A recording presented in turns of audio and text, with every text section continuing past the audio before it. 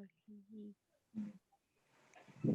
Baik anak-anak, Ibu awali, Om Swastiastu, Assalamualaikum warahmatullahi wabarakatuh, salam sejahtera, Namo Buddhaya.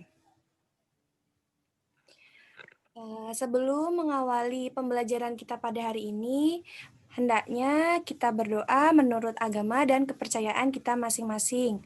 Berdoa dimulai.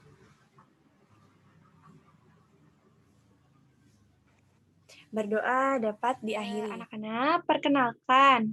Nama Ibu Melia Yulanda, mahasiswa PLPBD dari Universitas Pendidikan Ganesha, Fakultas Ilmu Pendidikan, Program Studi Bimbingan Konseling. Nah, di sini Ibu dibimbing oleh dosen pembimbing, yaitu Profesor Dr. Ketut Darsane MPD Kons, dan guru pamong Ibu, yaitu DRA Gusti Ayu Sri Agung. Anak-anak, pada kesempatan kita kali ini, Ibu akan menyampaikan materi mengenai pengembangan self-autonomy dengan menerapkan kiat-kiat menjadi pribadi mandiri. Nah, tujuan dari kegiatan kita hari ini yaitu yang pertama, peserta didik dapat memahami mengenai pengertian self-autonomy serta contoh orang yang memiliki self-autonomy. Kemudian yang kedua yaitu peserta didik dapat memahami mengenai pengertian dari pribadi mandiri. Kemudian yang ketiga yaitu peserta didik dapat memahami mengenai karakteristik pribadi mandiri. Kemudian yang selanjutnya yaitu peserta didik dapat memahami mengenai sifat yang mencerminkan kemandirian dan peserta didik dapat mengetahui cara menjadi pribadi yang mandiri.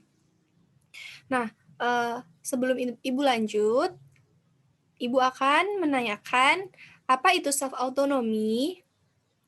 Nah, jadi self-autonomy sendiri merupakan kebutuhan untuk berprestasi meliputi menyelesaikan sesuatu dengan baik dan akan berhasil, kemudian menyelesaikan tugas yang memerlukan usaha diikuti keahlian dan keterampilan. Kemudian menyelesaikan sesuatu yang penting sekali, artinya melaksanakan sesuatu pekerjaan yang sulit, memecahkan masalah yang sulit, akan mampu melakukan sesuatu yang lebih baik. Pendapat dari Darsana tahun 2010. Nah, dari definisi di atas mengandung 3 indikator, yaitu yang pertama menyelesaikan sesuatu dengan baik dan akan berhasil, kemudian yang kedua yaitu menyelesaikan tugas dan memerlukan usaha diikuti keahlian dan keterampilan. Kemudian yang ketiga yaitu mampu menyelesaikan sesuatu yang penting sekali serta lebih baik dari siapapun. Nah, contoh di sini Ibu akan menyajikan contoh orang yang memiliki self-autonomy, di mana yang pertama yaitu gambar dari Muhammad Adian Davi, siswa peraih medali perak dalam ajang ITSHO, yaitu International Junior Science Olympiad tahun 2009 atau Olimpiade Internasional Sains Tingkat Pendidikan Menengah SMP di Doha, Qatar. Kemudian yang kedua yaitu ada Linus Narapradana, yaitu menciptakan helm pendingin pada saat duduk di kelas 6 SD.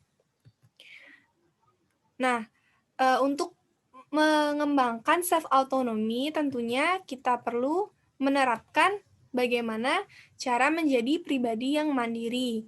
Nah, pribadi yang mandiri sendiri merupakan suatu keinginan banyak orang. Karena setiap individu memiliki peran, hak, dan tanggung jawab dalam kehidupannya, sehingga kemandirian dalam menjalani hidup menjadi sangat penting.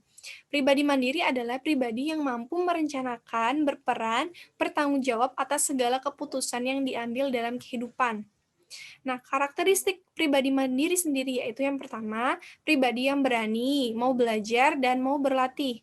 Kemudian, dapat menetapkan gambaran hidup yang diinginkan. Kemudian berani mengarahkan hidupnya untuk mencapai suatu tujuan. Kemudian yang selanjutnya yaitu berani menyusun langkah kegiatannya melalui tahapan yang realistis. Kemudian yang selanjutnya yaitu berani mengatur dan mengelola waktu dan kesempatan dalam banyak hal. Kemudian yang selanjutnya yaitu ada pribadi yang berani menata dan menjaga diri. Kemudian yang ketujuh yaitu pribadi yang berani mengambil keputusan secara cepat dan tepat. Kemudian ada pribadi yang berani mengembangkan rasa percaya diri, mantap, tegas, dan bijak.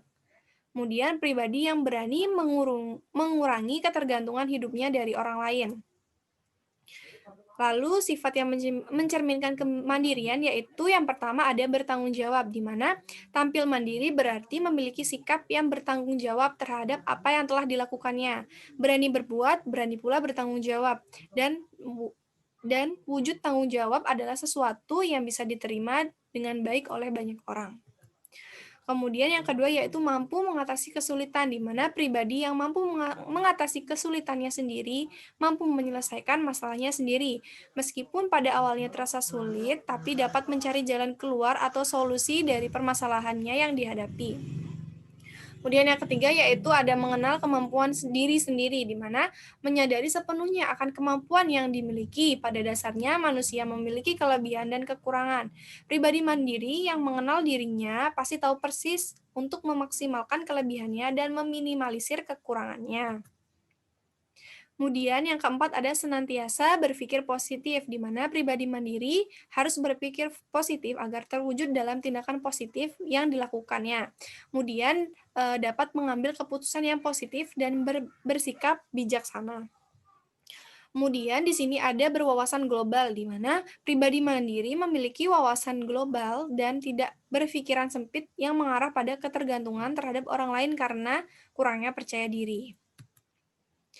Lalu bagaimana cara menjadi pribadi yang mandiri? Yang pertama, anak-anak harus berpikir mandiri, yaitu di mana kalian dapat melakukan menerima dirimu apa adanya, kemudian percaya diri, menerima sekeliling kita, mandiri secara emosional, dapat memotivasi diri, jadilah panutan dirimu sendiri, abaikan anggapan orang lain tentangmu, jangan hanya merasa kamu yang terbaik, tapi buktikanlah bahwa kamu itu yang terbaik.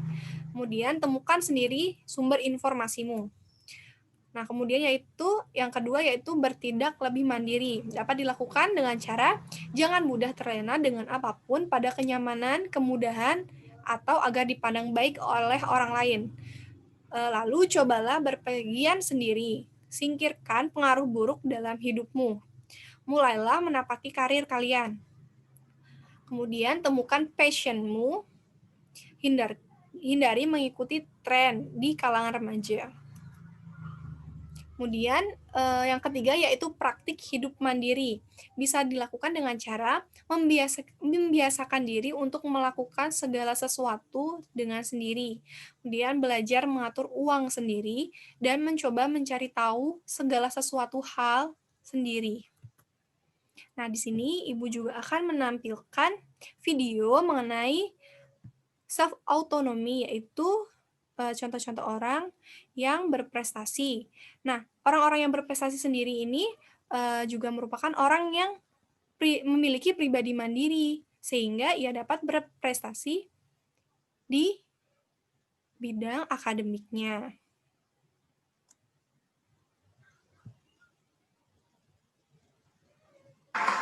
Silakan ditonton anak-anak. Good people, banyak sekali anak Indonesia yang berprestasi di level internasional. Hal ini membuktikan bahwa potensi anak Indonesia tidak kalah dengan dunia internasional. Dan berikut ini tim Entertainment News telah merangkum beberapa prestasi anak Indonesia di kancah internasional. Yang pertama adalah prestasi Anjani Rahma Putri dan Murtaza Azizia Syafiq, serta Special Award dari Korea Uni karena mampu berkomunikasi bahasa asing secara otodidak dan rajin membaca.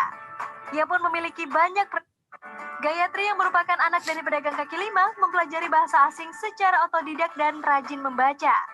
Ia pun memiliki banyak prestasi, seperti meraih medali perunggu dalam Olimpiade Sains Astronomi 2012. Atas kelebihannya berkomunikasi dengan berbagai bahasa asing, Gayatri terpilih menjadi Duta Anak tingkat ASEAN, Delegasi Tunggal Anak Indonesia di Konferensi ASEAN 2012, serta dalam Konferensi Asia Pasifik 2013 di Nepal. Selanjutnya adalah Muhammad Al-Fatih Ridho, yang menjadi salah satu pemenang pada Lomba Desain dan Pemrograman Game se-Amerika. Lomba ini diikuti lebih dari 500 pelajar tingkat SD dan SMP di Amerika Serikat. Fatih mendesain dan memprogram game berjudul Zub's Adventure. Game ini ia rancang dengan menggunakan game maker software dengan bahasa pemrograman GML yang menceritakan petualangan karakter bernama Zub. Yang luar biasa dari Fatih adalah hadiah uang yang ia terima sebesar $2.000 disumbangkan seluruhnya untuk membangun youth center anak-anak muslim yang ada di Amerika Serikat. Well, good people, banyak sekali prestasi yang telah diraih oleh anak Indonesia. Dan seharusnya kita bisa menghargai. Nah, sekian penyajian video dari Ibu. Jika dari kalian ada yang ingin ditanyakan, silakan bisa menanyakannya.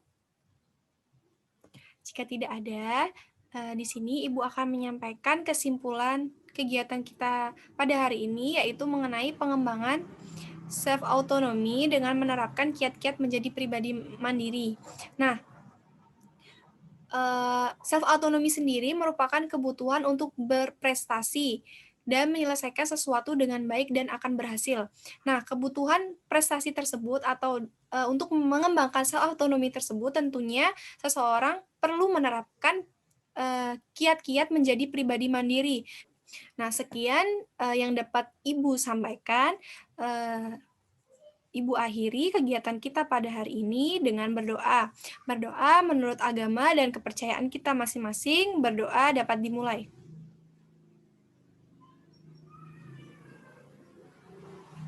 Berdoa selesai. Om Santi Santi Santi Om. Wassalamualaikum warahmatullahi wabarakatuh. Salam sejahtera, namo buddhaya.